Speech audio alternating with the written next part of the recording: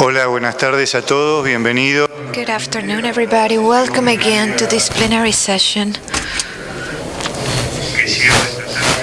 which is the last one for this afternoon. This session talks about sensitive issues, which in the opening session we discussed, and which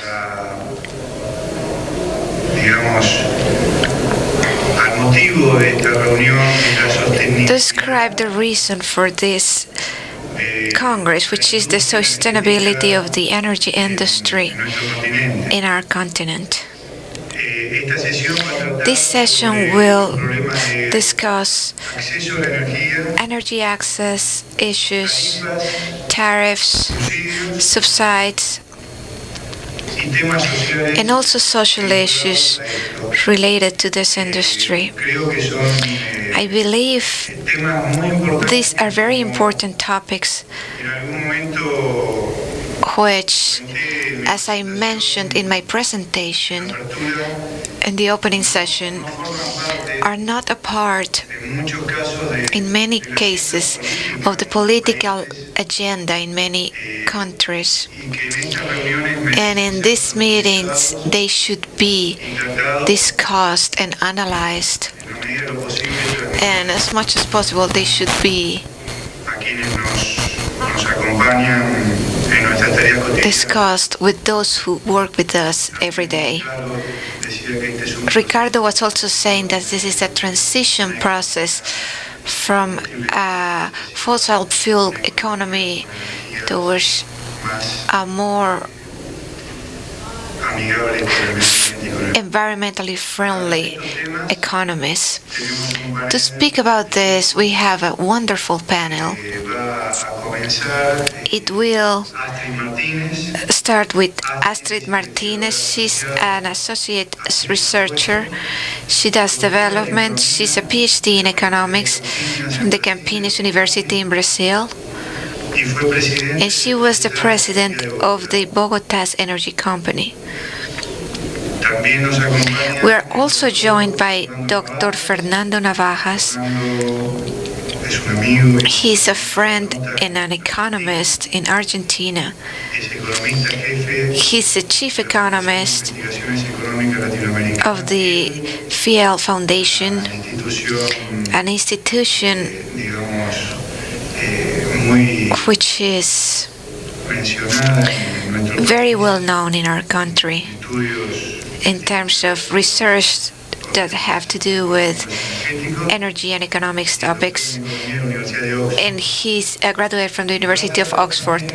And last, we will have engineer Luis Alejandro Camargo. He's an electricity engineer, and he has a background in law. He's the general manager of the operator of the electrical market in Colombia, DXM, which is a subsidiary. He's a magister of computer science from the Essex University in England. So I'll leave you with our panelist. Astrid, welcome. Despite this welcoming, I have to tell them that they have only 20 minutes, and there's someone showing them some signs with the time that they have left.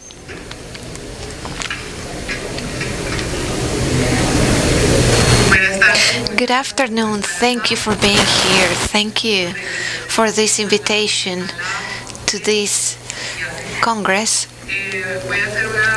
I will give you a presentation about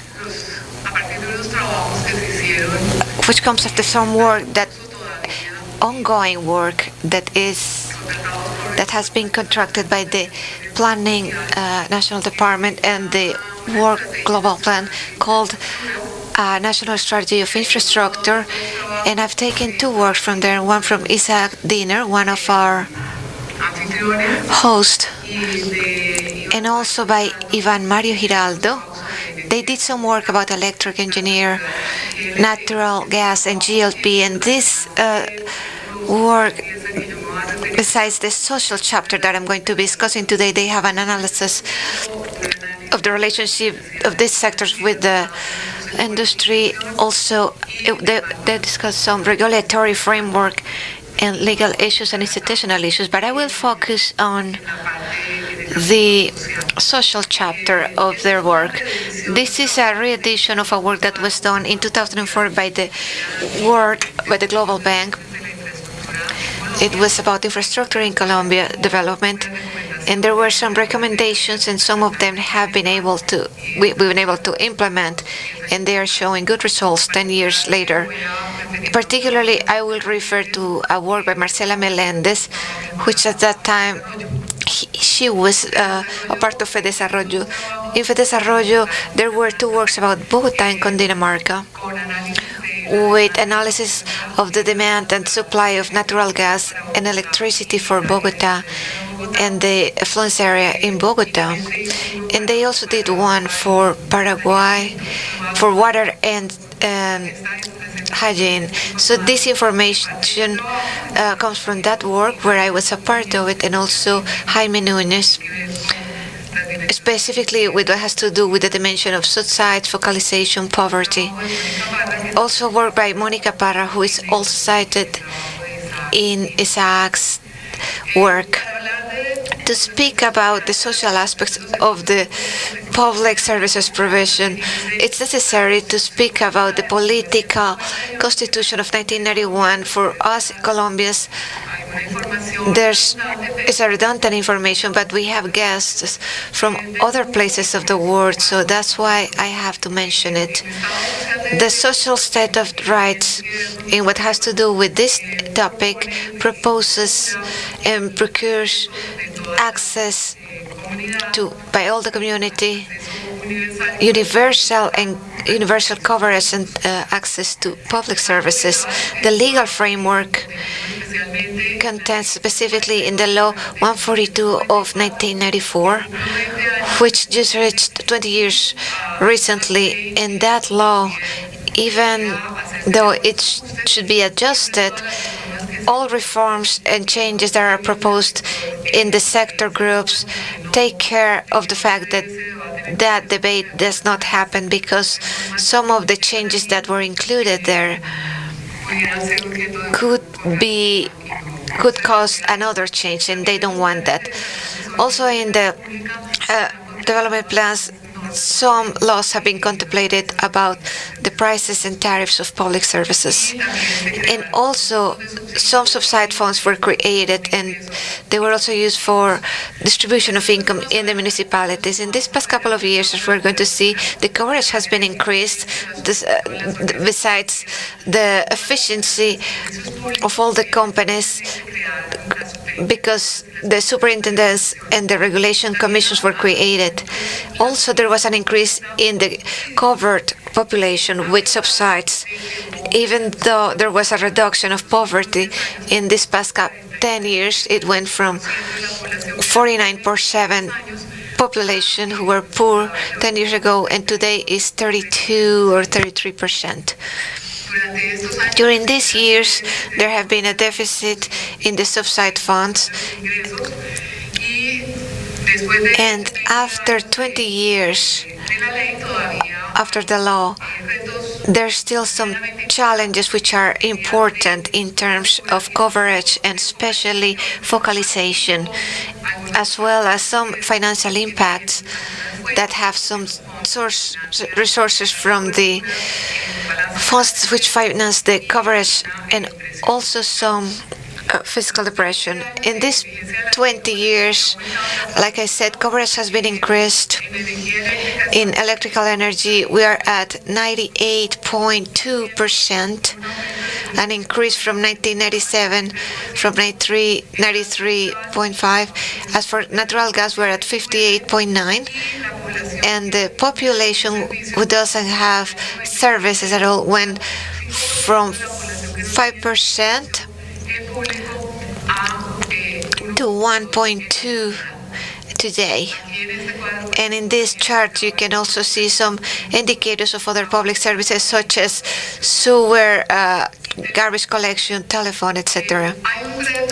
There's a challenge in what has to do with what we call the rest, which is outside of the municipality, so we can have an approximation to the rural, where electrical energy has a high coverage of 92.6%, but natural gas it's only 9.8%. And as for sewer, which is not a part of this presentation, but we know is an important factor, service that everyone should have access to, and it's only 58.7%. There's also an important challenge in that wood is still used for cooking, and we bring this here because it's related to what we're going to see later about the propane or GLP gas. We see that out of the total of home or households, 12% is still using wood logs for cooking, and in the rest of the country, what we call the rural areas, 50% of the population, or almost 51% of the population, are still using this method. As for the electrical energy sector, the subsidies that are being provisioned by the law cover strata levels 1, 2, and 3, and that's important for what we're going to be seeing later on, whether this is a good focalization tool or not. And those percentages for those strata, 60, 30, and 15% of the unitary cost, are done taking into account the subsistence consumption. And there are differences for different territories that are under 100 meters and for the ones who are above 100 meters. The strata 4 pays the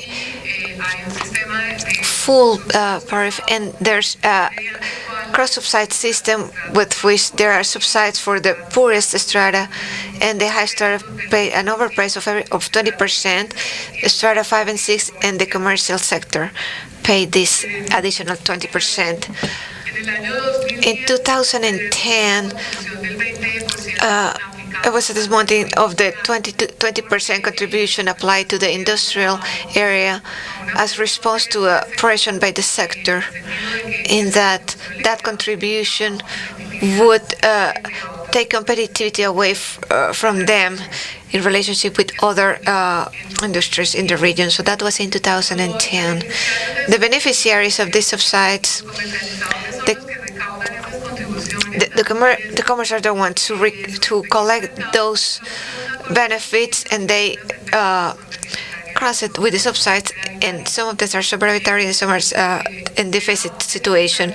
Those who are in deficits will be covered by the national budget, but in that process, companies go to financial cost because they have to wait for a lapse of time for that difference. The statistics in 2013 show that the beneficiaries of Strata 1 were 3.3 million, Strata 2 over 4 million users, households or whatever, and the total was 9.4 million users who benefited from both systems, the connected and the not connected system. From 12 million users who represent the electrical consumption.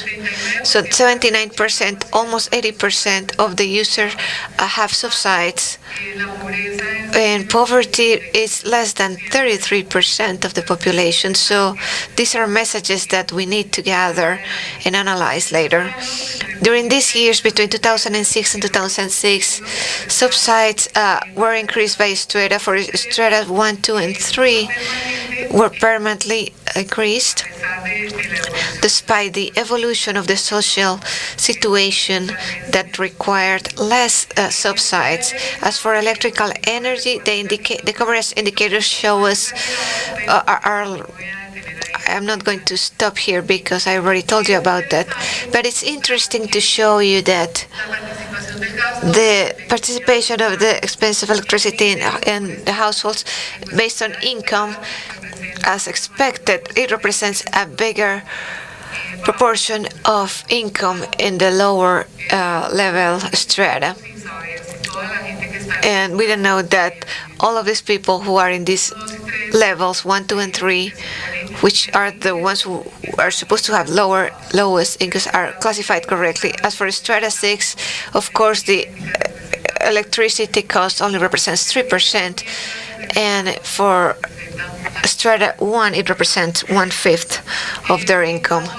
As for natural gas and propane gas, the evolution of coverage between 1997 and 2013, which is the information we are showing here, for natural gas and GLP, we see that there has been an increase in coverage of natural gas from 19% to 59% in the household market, and 63% of the municipalities are covered with natural gas service, while for GLP there was a reduction of the market share from 32 to 26%. And what we can highlight from this graph is that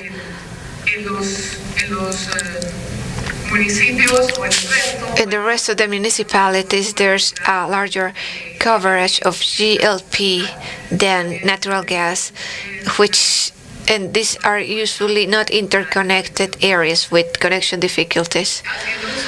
So when we see at 2012, we see that the total coverage, 59.3, is for households who are covered by natural gas, and only 25% are covered by GLP. And as what I was saying, for the rest, we have a 38% of GLP coverage and only 9.1% natural gas coverage, which is transported to systems which require high investment,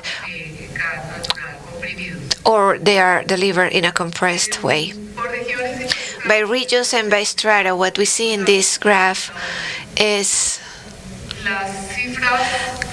the indicators for 2008 and 2013 for natural gas and GLP distributed between the different regions in the country. The highest blue bar represents Bogota, and the lowest ones is the Pacific area, which is the poorest area of the country. Strata 1, 2, and 3 represent 85% of the market, which is covered by natural gas. The greatest growth was seen in Strata 1, with a growth of 11%, and if we see it by strata, you can see on the right-hand side of the slide, you will see that on the right side, next to each of bar, we see the high strata. Strata 4, which is 4, they don't receive a subsidy and they don't pay a contribution, and then the small ones are strata 6 and 5. And that proportion of population has tended to be more stable than the proportion of the other strata. For strata 2, which is color yellow, is the most important one, but there's also a growth of strata 3. A stratification topic could take a whole conference, but I will mention a couple of things about why that evolution of this development in Colombia, despite the changes that we have seen in income and social changes, the way subsidies are financed, and also the coverage in Colombia, how are they financed? They are financed with a combination of budget resources from the national treasury or from the subnational entities, and with some sectoral funds. In the case of electrical sector, are very important. In 2000, there was the creation of the non-interconnected areas budget was created, and FAIR fund, it was created for the interconnected areas. The FLORE is financed by FAIR resources and by LAC, and The FOES, it's a social fund for subnormal markets or markets which have a payment record which is not satisfactory. For natural gas, there's also a fund. One of them was created under Law 401 of 1997. It represents 1.5 of the transportation income, and in 2007 it was raised to 3%. All of these funds, besides the one that's owned by the subsidies and with the cross subsides, they finance the expansion of the infrastructure and the subsides. The balance of the subsides and the contributions between 2006 and 2012 shows an accumulated deficit which is represented by the blue bars, which grow over time. So we are going to have a problem here that we need to consider. The Solidarity Fund on the bottom side shows the sectorial contributions to that fund, with which there's a coverage of natural gas in the areas that are close to the truncal gasoducts, but the lighter hue of blue represents contributions by the national budget. All of these indicators related to the national budget contributions should get our attention in that, since, as we were commenting about Brazil, one thing is to say we are in a time where oil prices are high for these countries who export oil, relative to the situation for these subsides and all the policies related to these sectors. And another thing is when we start seeing, like we're doing in Colombia right now, when we see a fiscal restriction, the subsides for these funds show deficits from the very beginning, mainly because there's an unequal distribution of income, and also because of the stratification differences that we see, so that in the strata 1, 2, and 3, we are allocating, or we are seeing 79% of the households. After the elimination of the industrial contribution in 2010, where the contributions by the industry, in 2004, those contributions represented 53%. Then they were only 18%. So there's no free lunch, as we say here. But if you eliminate one contribution in a subside scheme, you are going to have to hold the resources by national budget. I talked about the financial cost by the companies and the fiscal situation. The big issue for this problem is the focalization. Some studies, such as Paras studies, show the problems that the focalization has in that strata 2 and 3 have 40% and 35%. They have households which are not considered poor. And also, in her study, we can see that 20% of the poor households who have access do not use the electricity service. So that's a finding which is surprising, and I think this value is high. That proportion in Bogotá was only 5%, but Bogotá is like an island for our country in terms of economic activity and social indicators.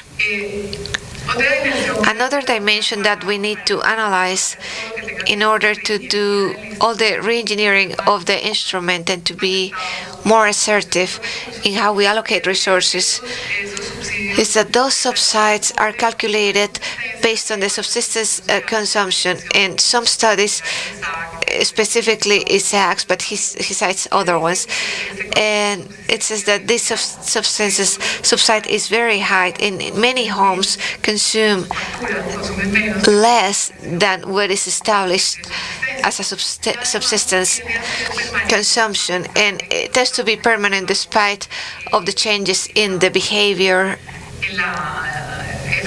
and the energy efficiency. So it would suggest it should be more variable, but it is not. It's more permanent. And to close, I want to summarize by saying that what we have left in our agenda is the task of improving the focalization. There are some works who are exploring avenues. There's a program in Colombia called CISBEN, which seems to be more efficient in terms of focalization, but it also has some other problems. So the recommendation is to combine stratification and CISBEN. If you belong to a certain strata because of your household conditions or your neighborhood's conditions, and you belong to a certain income level because of your income, and not necessarily both dimensions match on the same space for the same household. The municipalities, over time, over the past 20 years, they had to do the stratification based on technical indicators given by the Planning National Department, but those criteria were not established very thoroughly, and that has given some discretionality to the municipalities, and municipalities want to have more people in those strata so that the households would depend more on the public income, and that would show when it's election time. So there should be a study or a method to incentive municipalities to improve the way they classify the households and to make it more agreeable with the income. And when this is done and when the transfers of the subsidies are done to the municipalities, they should go through a package where they should have to take funds from for other expenses. And this way they will have less interest in having more people covered or classified as poor. The other aspect of this discussion is whether it's better to do subsidies on demand or on the supply. I cannot answer that question right now, or maybe we can compare it with the experiences with other countries. We also talk about whether the funds should be sectorial and contributed by the businesses or by kilowatt delivered, etc., because that creates distortions when it's time to do investments. Or should every policy or social policy be financed with resources by the public budget so that it's more transparent as a social policy? Social policies should have a clear and transparent methodology, and so the politicians who've add a ceiling to what they offer to their citizens. But the new development plan that is being discussed right now has some articles where they increase the contribution by these funds by double. The planning director in one of the meetings said that he was aware of the fact that that would increment the cost, but there was no other way to finance the rural coverage under and if we're in this scenario trying to negotiate peace, this is an important aspect. So like I said, establishing or determining criteria to determine how the subsidies are calculated. There's a specific issue, which is why GLP doesn't have the same incentives as natural gas. And Ivan Mario's paper mentions that those resources could be used also to increase the GLP, but they are not doing it. And last, I just want to put it out there, it would be good for users to enjoy better efficiency in these public services, and this way the tariffs would be lower, it would represent less in our income, and there would be no need to have subsidies so that we can guarantee the access of those who are poorer.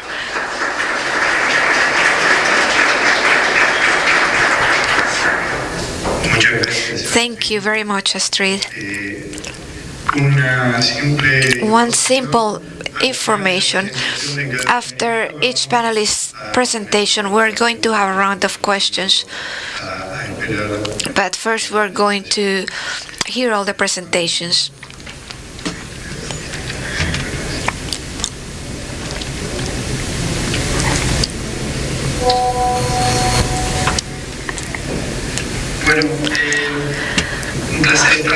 It's wonderful being here.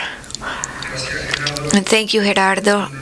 And it's also an honor being joined with this panelist. I will speak in Spanish, and I decided to have my presentation in English so that those who have to follow me can do it easier. I work in FIEL, and I am a professor of the University of Buenos Aires, and I'd like to start with two important numbers, specific numbers. Only 3 or 4 weeks, the Monetary Fund launched a paper by several authors, Vivela, one of the main authors, and it has a big measuring of subsidies to energy in Latin America. The way I classified it here is big and it's arbitrary.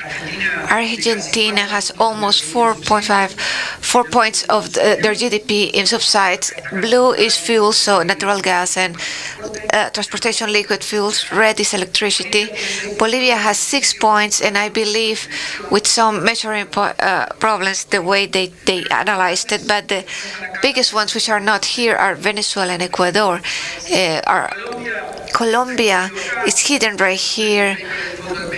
Based on last month's paper, it has 0.2% of the GDP for fuels and 0.2% of electricity. Brazil has more fuels than electricity, and this group is very interested because this is Central America. 8 countries plus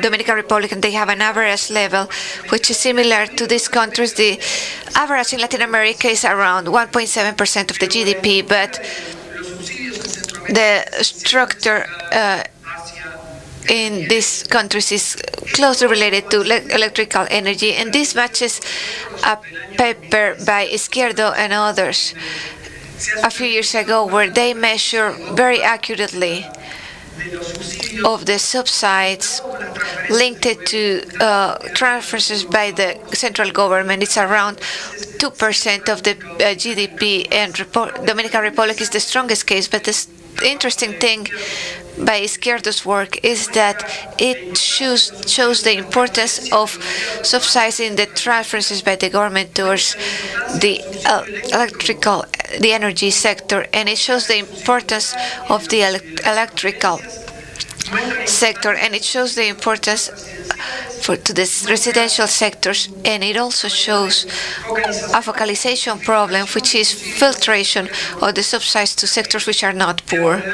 So out of all the total expenses in Central America, approximately 0.5% is transfers to residential sectors. So starting with this data, I want to come to a broad definition of what I will call a subside. Basically, subsides, you can take it as the difference between the opportunity cost of the offer and the price paid by the demand. This is the algebra that I have here. P is the commodity price, the price of the energy at the wholesale market price. This is the price of gas or the frontier price of the fuels which are marketable. T is what the distribution margin for transportation of gas and electricity, or the whole downstream margin of liquid fuels.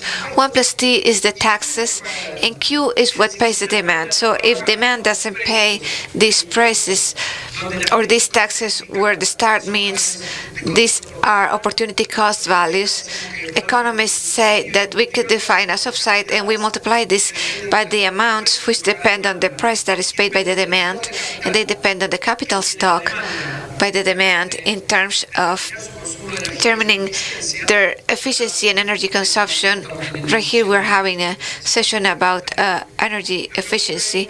So what happens is we have this equation which can be split like this. So when we remove the stars, this difference that we have here is the true prices prices to the producer, margins for transportation and distribution, taxes, demand price. This is the bridge between the prices received by the producers and the opportunity cost when the fuels are not at the frontier price, when the prices perceived by the producer are not reflecting the opportunity cost on the long term.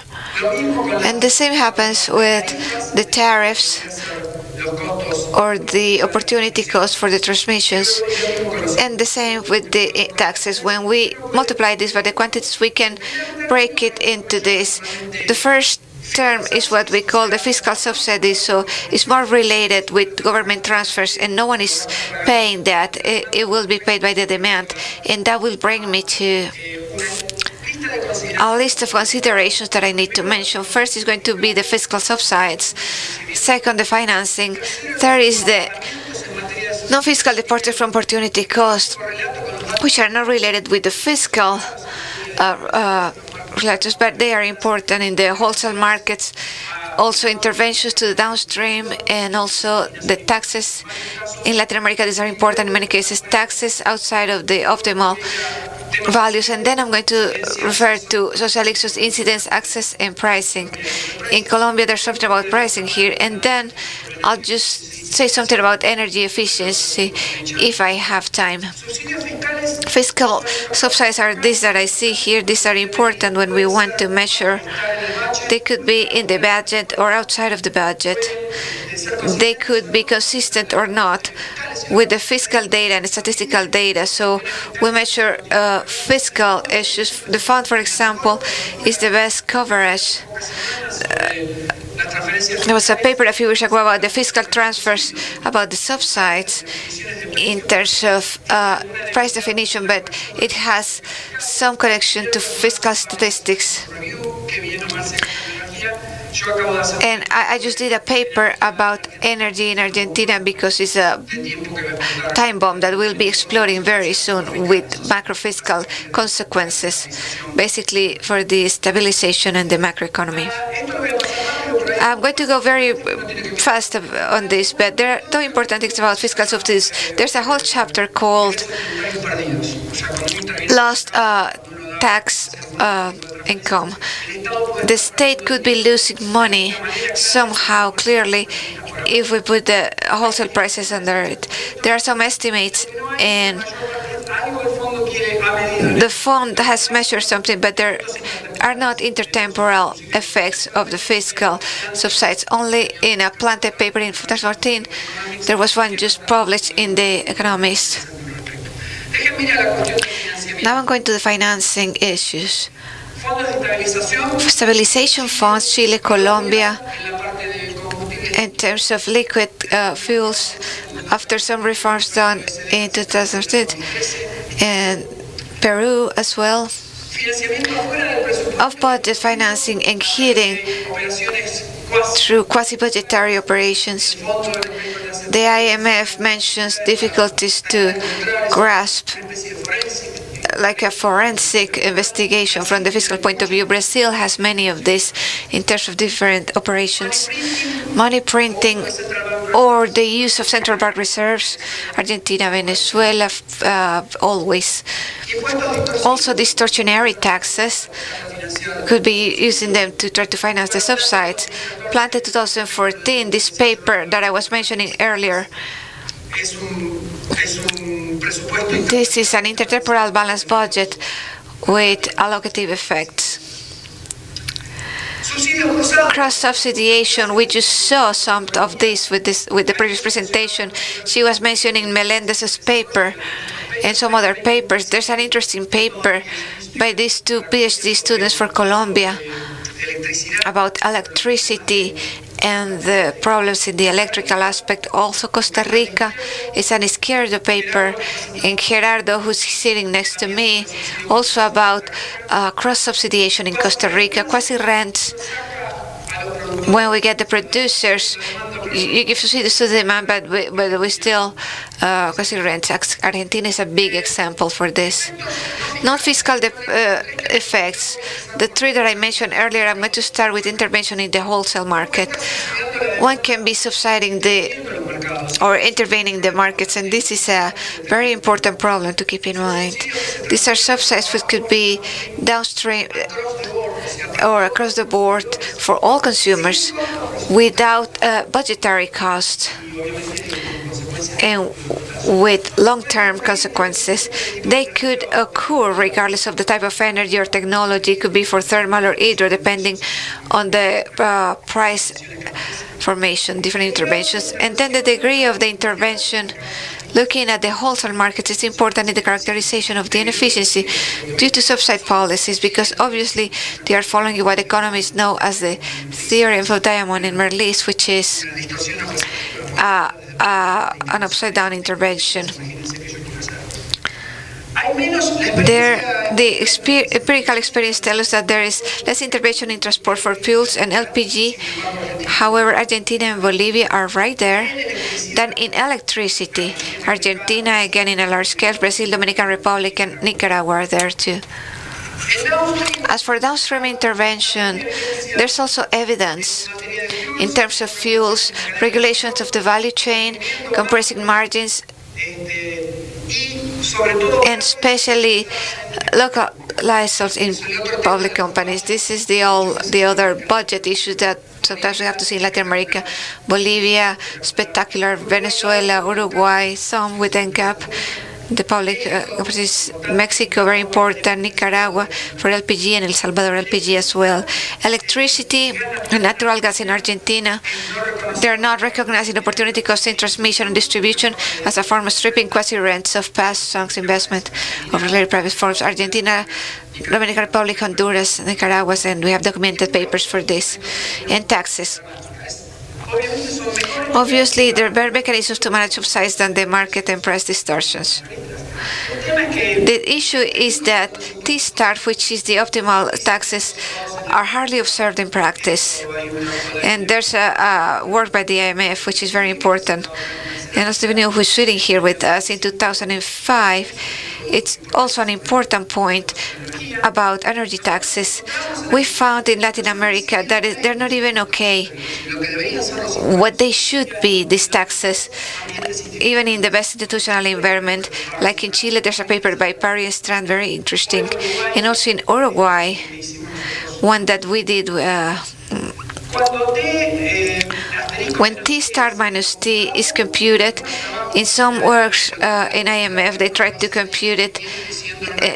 In some countries, they're saying that there's a subside given by the fact that taxes are not put correctly. So that's an analogy. And the changes are mostly used in this context, and mainly not for electricity and gas, but they are mainly for fuel, for transport fuels. And they happen after several censuses. Now, let's talk about social issues, the distributive impacts. There's a large and extensive empirical literature which finds substantial effects of subsidies that go to the non-poor, so what we call the inclusion errors or filtrations. The subsidies in developing economies by Arce and Granada in 2010, and this same pattern is verified. This fund is made for everybody, so this is verified in Latin America. Also, Izquierdo sees some large effects in electricity. Like I said, 60% of the sites go to the non-poor. Also, a paper that I wrote with some colleagues that we are about to finish, we found large welfare effects on subside of the cycle. Argentina is a mega populist cycle of populists, and now they have to disappear. And here the gains for improvements are large, and the priority is very clear from the social point of view. The inclusion errors have to be reduced as a first goal. These are the data in Argentina from our paper. It's already calculated, the cycle 2003-2014. This is how the subsides are going. Out of the total for natural gas and for electricity, it used to be 3.5 of the GDP, 2% in average in 10 years. So if you can imagine the thousands of dollars who were subsides. The subsides that are received by the highest decibel are more than triple or quadruple the lowest one. In gas, 83% of the subsidies go outside of poverty, 75% for electricity, and this has a lot to do with something I will be mentioning later, which is access. But it not only subsidies generated these effects, but also when we do another exercise about the whole cycle of the downstream of the subsidies and the end of the vacation or the holidays, once the subsidy is over, what we create for users is a big destabilization, and we calculated this with the different risk aversion coefficients by Tony Atkinson, following methodology that the Venue measured about 20 years ago to try to see the price differences in Hungary for changes in relative prices, and we saw the welfare deltas as percentages, and we see that trying to do energetic populism, it was round 3 for the higher strata, and for them it's a very small percentage of their income, but it's very high for this lower income level households. Now, access. Now, there's a well-established empirical literature that shows that it is much better to subside access than to subside consumption. For consumption, I have subsidies, but people relatively also have access, but they have different qualities of access. Now, inclusion errors are compounded by this access, and when we do the measurements, we get the natural gas number, and what we have to see here is the issue of access. Very carefully look at the evolution and try to do the numbers, keeping in mind access. And last, I want to talk about energy efficiency so that I don't go over time, but I will mention pricing for a little bit. There's a whole issue about poor targeting that has to do with bad classification or poor pricing, which is done when we try to see subsidizing in increasing consumption blocks. There's a low distributive power of the low user schemes. This is my paper of 2009 in Argentina, where I proved the effect about welfare and consumers. And this other paper in Colombia, which tests the blocks and the cross subsides and shows big problems. Maybe the best pricing policy that we should start to rethink, instead of having so many blocks, is to think a two-part tariff scheme, especially because the literature, what it shows, especially the planted design that I mentioned earlier, it shows that any reforms that want to do fixed amount reforms, because they don't distort the marginal prices, and they give the consumers to have an energy efficiency, and this is an important issue which has to be joined by the screening of the low user household. Colombia has a little bit of this, Chile has this, and some of us are very far from this. So my final conclusions in this revision are this. First is evidence on subsides shows significant magnitude with different patterns across our countries in the region, but all of them have similar low distributional power. We still don't have a comprehensive decomposition of all the sources of subsides, yes. But as economists, we should be heading that way. The best directions of reform are reduce substantial inclusion errors, subside access, avoid interfering with wholesale market, and move towards lump sum and targeted schemes. These lump sum subsides look better in terms of allocative and distributive effects, as well as promotion of the energy efficiency. These are my websites, reference websites. Thank you very much.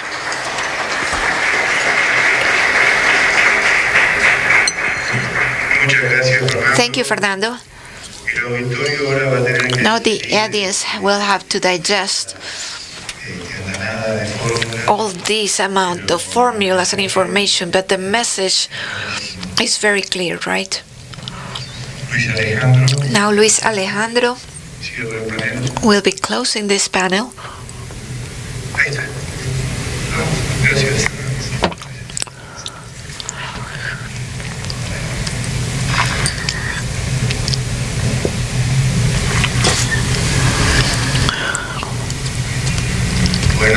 Good afternoon. My name is Luis Camargo. I'm the General Manager of XM, operator of the electrical market and the electrical system in Colombia, and I'm an electrical engineer. And the question is, what am I doing here, sitting with all these very brilliant people? Thank you for the organizers for inviting me. And maybe the message of the conclusion that I want to give you for my presentation is the contribution that economics and the wholesome markets can do to the development of good prices, to develop all the subsidy policies and access policies which have been presented by our previous panelists. Colombia has a relatively good position from the WEC Council qualifies as the energy trilemma. We are on position 16th. This year has been good. Last year we were good in soccer or football, and this year we're doing good in this. And if we look at this, we're occupying a good place in terms of energy safety. Bringing private investment has been very successful. For 20 years, we've had this with a stable policy, with kind of stable game rules, and they have attracted private and public and mixed investments to guarantee that element about energy safety. We are number 5. This is really good. And today we are investing in many products of hydroelectrical and thermal products. The regulator, which has been a fundamental part of this development, has been neutral. Technologically speaking, Colombia has been careful not to manifest or to award non-conventional or conventional or hydroelectric technologies or thermal technologies. And we have been careful not to intervene the wholesale markets with subsidies to fuels or to other types of benefits. So that regulatory neutrality is something that we attribute to this number 5 position. As for environmental sustainability, we're number 4. Colombia is one of the cleanest countries in terms of electrical energy. In terms of energy access, we are not that good. We are number 63. We are behind many successful countries in the region, such as Chile, which is probably a model to follow. The Chilean model is very successful. However, as you can see, the balance is very positive. And this is the result of 20 years of electrical market, which we're celebrating this year in July. The electrical system in Colombia has a high hydraulical component. By market, we have generated many hydroelectrical projects. In a good retransmission, it's something very important that Colombia has developed. Let's remember that Colombia, just like Brazil, is a country where there are more than 20 relevant cities. So it has the need to develop a national interconnection network of 500,000 watts. And this will be the only number I will be mentioning today. But this allows us to have a good energy supply to the different regions. We don't have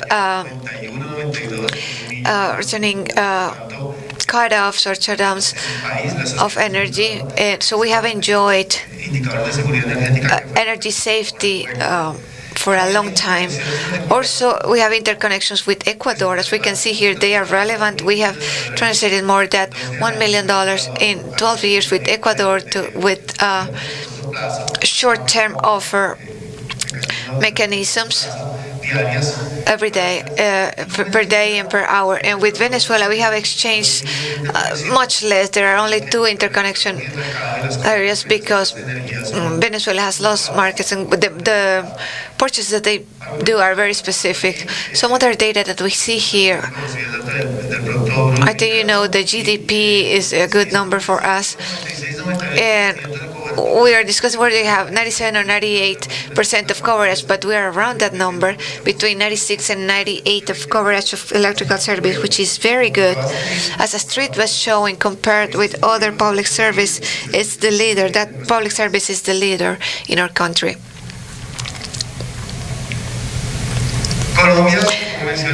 As I mentioned, we have a very privileged position in terms of CO2 emissions by generated kilowatt, and that means we don't have external or internal pressures towards the adoption or subsidy model, the way it is happening in other countries.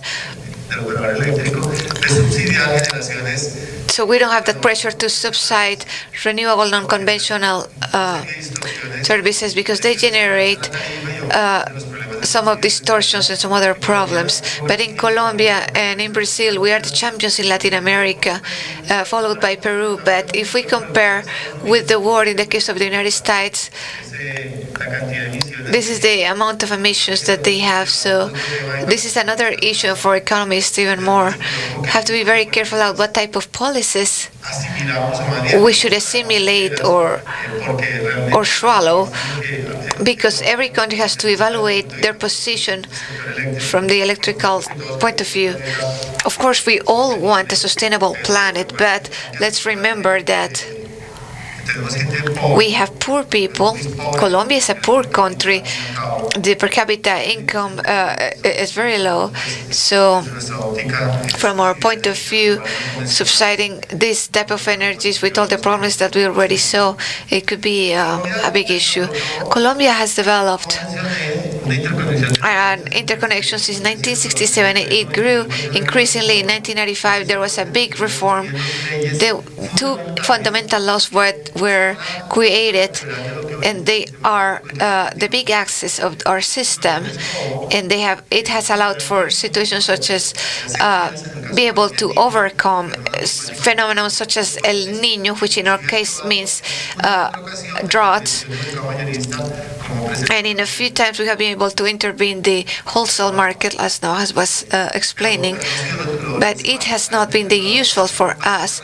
It has been very restricted by the governments in this time, despite the fact that we have a lot of terrorist attacks against our interconnection service, and it was a record in the world. Not even Iraq has so many terrorist attacks against the industry the way we had it here, and we were able to still function, and the service has been provided. Last year, the availability index of energy was over 99.7%. So despite the attacks which affect the communities, we have been able to keep that number. The taxation helped us. This was very important. I will propose this for another Congress or another discussion, the analysis of this in the region. There was another mechanism of chart by trustability in the market. So there's an auction of trustability where the investor generators participate in the auctions, and if they are chosen, they are paid a fixed amount. So we're not subsidizing the investment. We don't have law contracts or concessions, but the generator will invest on their own risk, and they will participate in the wholesale market, which is the next slide I'm going to be showing you. Also, an important milestone, but has not been successful yet, we just want to leave it here, is we developed the first derivative markets of energy commodities in Latin America. It's a market which is already working, but it has not been successful because one of the problems that we have in the electrical markets has to do with the high volatility of the short-term market. If the market really works, and it's not Colombia or Brazil or any other way in the world, this applies to anywhere. If the market really works, it will be volatile. But how we take that volatility signal, the cash market, call it, how do we translated into the final user tariff. I want to add this to this forum because we have talked about it a lot. But this has to do with the design of something which is very imperfect, which is the electrical markets. I see that economists should get more involved with the regulators to do permanent adjustments to the design of these markets. This is the design of the market in Colombia. There's a producer, transmitter, distributor. These are natural monopolies and regulated. As Navajas said, Dr. Seno has said, there are tendencies to over-regulate, and that happens a lot in Latin America. There's an excess of regulation and then deteriorate the quality. But commercialization and generation are a competition, but that competition, I see there are a lot of imperfections